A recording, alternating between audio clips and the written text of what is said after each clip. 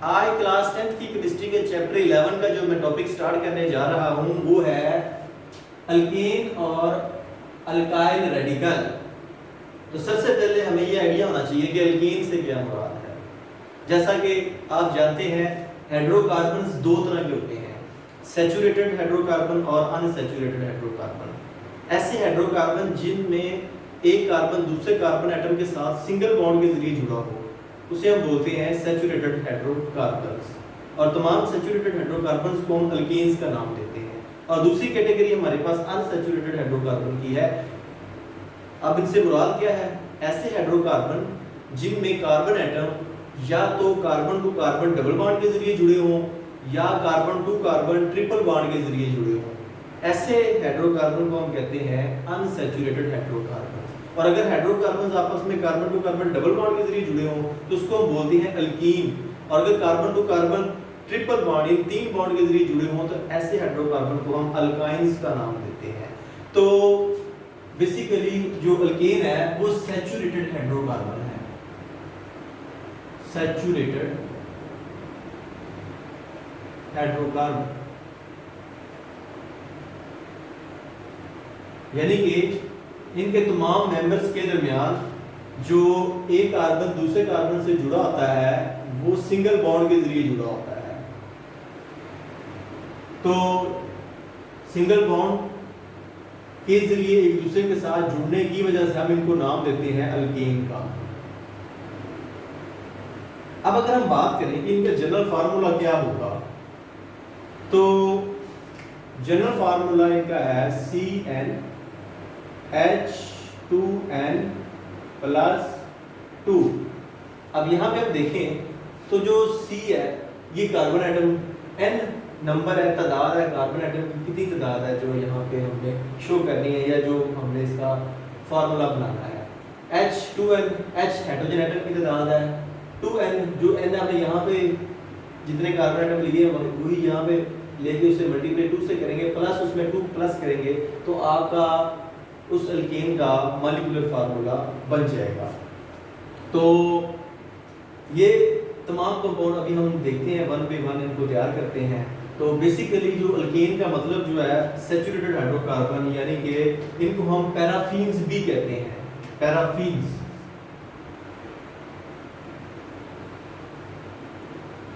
पैराफीन्स क्यों कहते हैं? कम रुतबत वाले,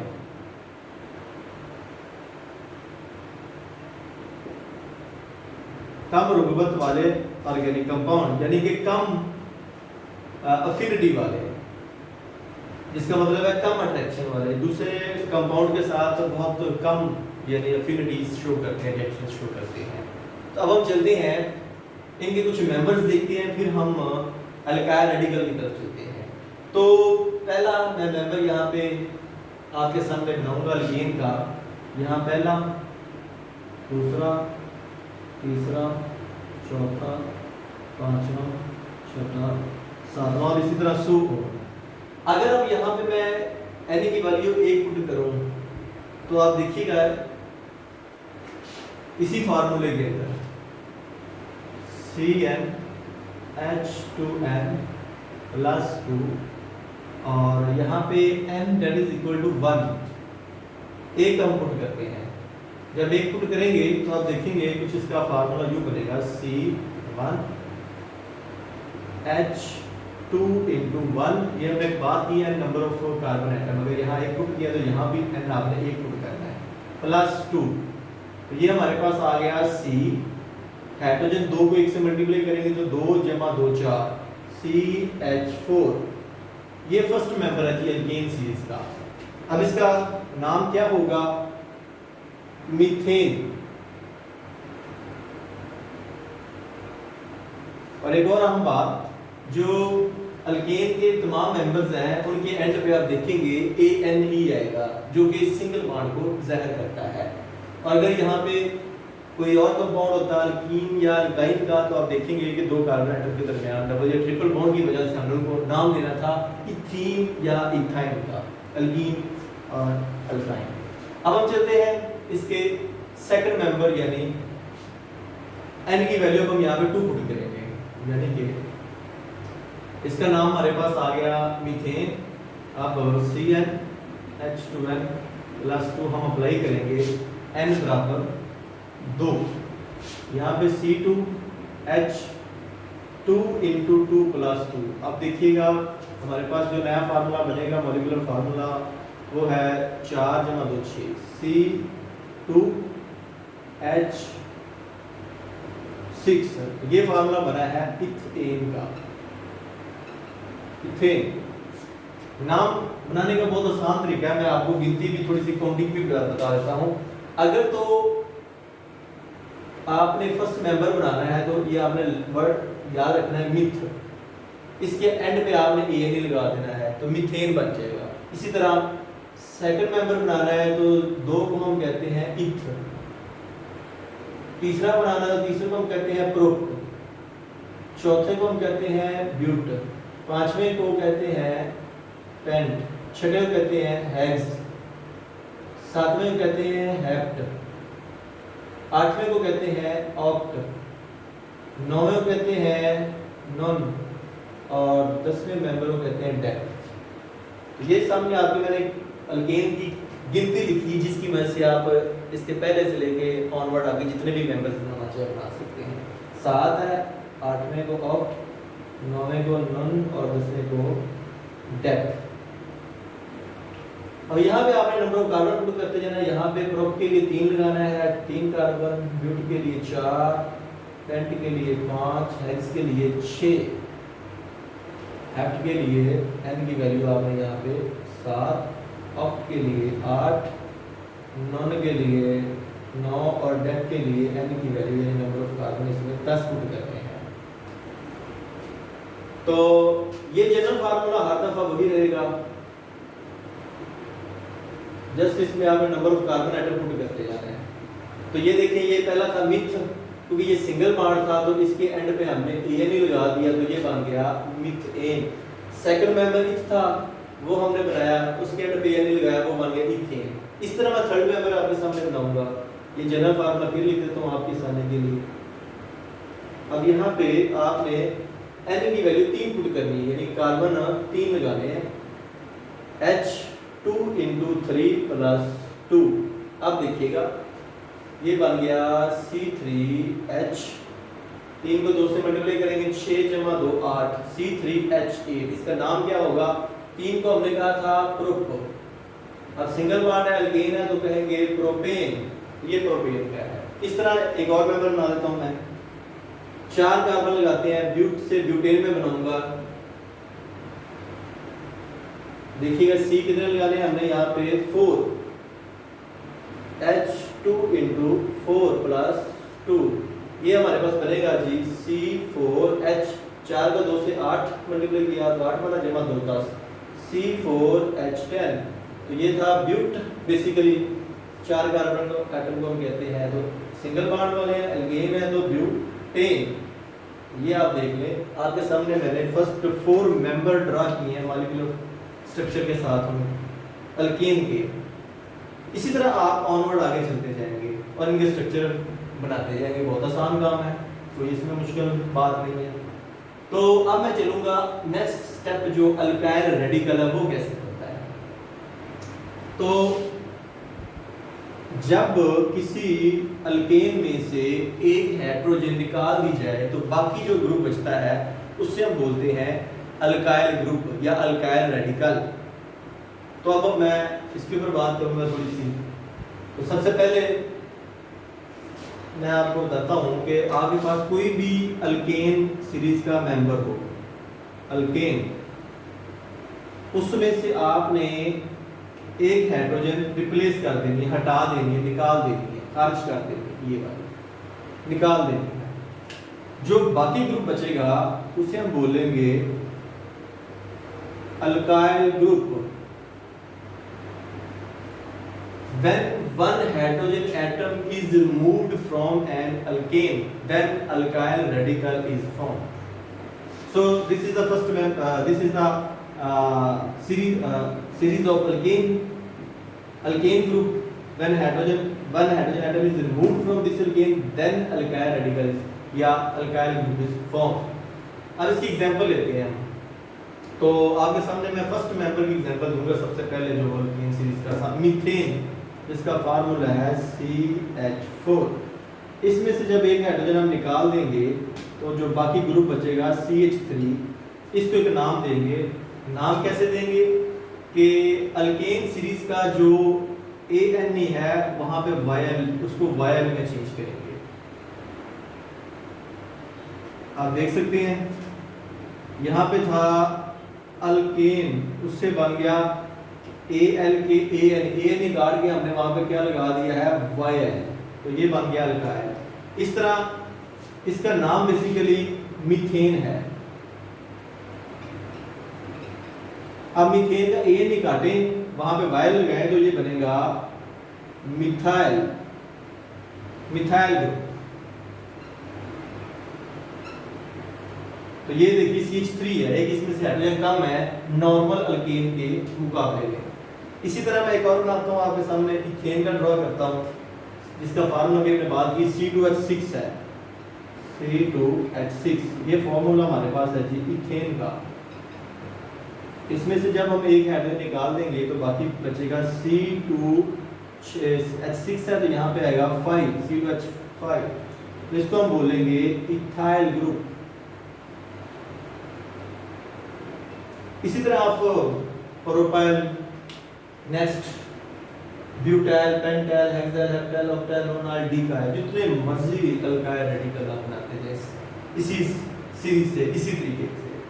अब थोड़ी सी मैं एक और बात करूंगा कि ये जो अल्काइल रेडिकल होते हैं या अल्काइल ग्रुप जो होते हैं, ये भी दो तरह से होते हैं, डिपेंड करता है कि ये नॉर्मल फॉर्म में है या एसो फॉर्म में है। ये कंसेप्ट अब आपको क्लियर करूंगा। अगर तो आप जो नॉर्मल अल्केन है उसके आखिरी कार्बन एटम से एक हाइड्रोजन निकाल देते हैं, तो जो आपके पास अल्काइल रेडिकल बनता है उसे हम कहेंगे नॉर्मल अल्काइल रेडिकल। और अगर आप आखिरी कार्बन एटम के अलावा सेंटर से किसी जगह से भी, पहले और आखिरी कार्बन एटम के अलावा सेंटर से किसी कार्बन एटम से एक हाइड्रोजन निकाल देते हैं, तो जो अल्काइल रेडिकल बनता है उसको नाम देते हैं एसो अल्काइल रेडिकल का। आइए एक एग्जांपल की तरफ चलते हैं। तो मैं आपके सामने प्रोपेन की एग्जांपल दूंगा। तो प्रोपेन का फार्मूला आपके सामने है।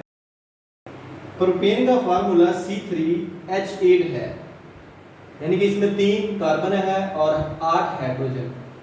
अब इस प्रोपेन यानी इसका जो फॉर्मूला है CH3 CH2 CH3, इसको हम बोलते हैं प्रोपेन।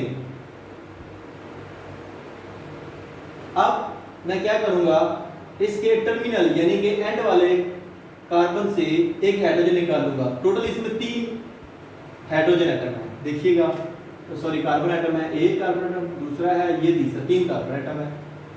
अब तीसरे कार्बन एटम से मैं यहाँ से एक हाइड्रोजन रिप्लेस करूँगा, निकाल दूंगा, तो कुछ इस तरह स्ट्रक्चर बनेगा CH3 CH2 CH2। यहाँ पे मैं क्या करूँगा, एक छोटा सा बाण लगा दूंगा, तो इसको नाम हम देंगे N प्रोपाइल। अब मैं क्या करता हूँ, दूसरा केस आपको बताता हूँ जिसमें हाइड्रोजन एटम कॉर्नर से, टर्मिनल से नहीं बल्कि सेंटर वाले कार्बन एटम से निकालेंगे, उससे एक नया रेडिकल बनेगा जिसको हम नाम देंगे एसो प्रोपाइल रेडिकल। आइए देखते हैं। पहला है CH3, ये वाला कार्बन, यहाँ पे 2 हाइड्रोजन, एक निकाल दें आप और एक इसके साथ अटैच रखें। ये कार्बन है, एक मैं इसके साथ नीचे यहाँ पे लगा देता हूँ, दूसरा ये खाली कर देता हूँ, यहाँ से निकाल देता हूँ हाइड्रोजन। CH3 वैसे का वैसे ही रहेगा। अब इसको हम नाम देंगे आइसोप्रोपाइल या आइसोप्रोपाइल रेडिकल। इसी तरह आप मजीद बनाना चाहें, ब्यूटेन के बना सकते हैं। अब एक स्ट्रक्चर आपको ब्यूटेन का भी बना के दिखाता हूँ। ब्यूटेन का फॉर्मूला हमारे पास है C4H10, यानी CH3 CH2 CH2 CH3। इस ब्यूटेन से मैं दो स्ट्रक्चर बनाऊंगा आपके सामने। पहले बनाऊंगा N ब्यूटाइल, यानी कि इसके टर्मिनल कॉर्नर वाले एंड वाले कार्बन से एक हाइड्रोजन निकालूंगा, CH3 CH2 CH2 CH2। ये जो बना है इसे हम बोलते हैं N ब्यूटाइल। अब मैं आइसोब्यूटाइल बना के दिखाता हूँ आपसे। इसके सेंटर वाले किसी एक कार्बन से एक हाइड्रोजन निकाल लें, पहले से निकाला जो पहले से अलावा, पहले और आखिरी, यानी कि पहले और चौथे के अलावा टोटल 4 है कार्बन इसमें, 1 2 3 4। तो मैं ये दूसरे कार्बन से निकालूंगा एक हाइड्रोजन। फिर कैसे स्ट्रक्चर बनेगा आइए देखते हैं। CH3 2 है, एक में हाइड्रोजन नीचे लगा देता हूँ और एक निकाल लेता हूँ, उसकी यहाँ पे बाण लगा देता हूँ, CH2 CH3। तो ये बनेगा स्ट्रक्चर हमारे पास आइसोब्यूटाइल। ये दूसरा स्ट्रक्चर इसका। इसी तरह आप मजीद बना सकते हैं जितने स्ट्रक्चर बनाना चाहें। इस तरह मैं एक आपको बना के दिखाता हूँ। आइसो से हम आगे मजीद किस तरह चलेंगे, यानी अगर आपके पास आइसोब्यूटेन पहले ही हो उससे हम मजीद स्ट्रक्चर कैसे बनाएंगे। तो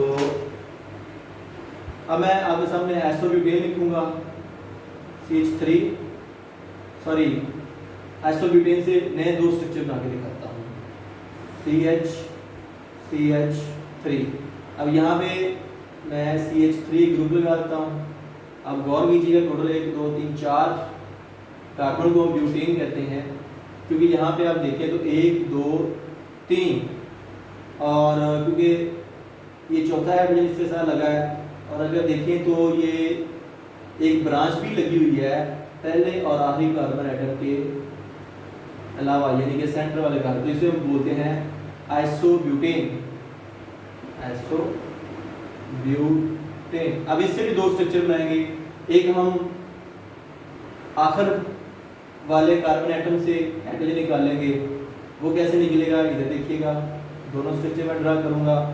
और एक में क्या करूंगा, दरमियान वाले नहीं सेंटर वाले से निकालूंगा।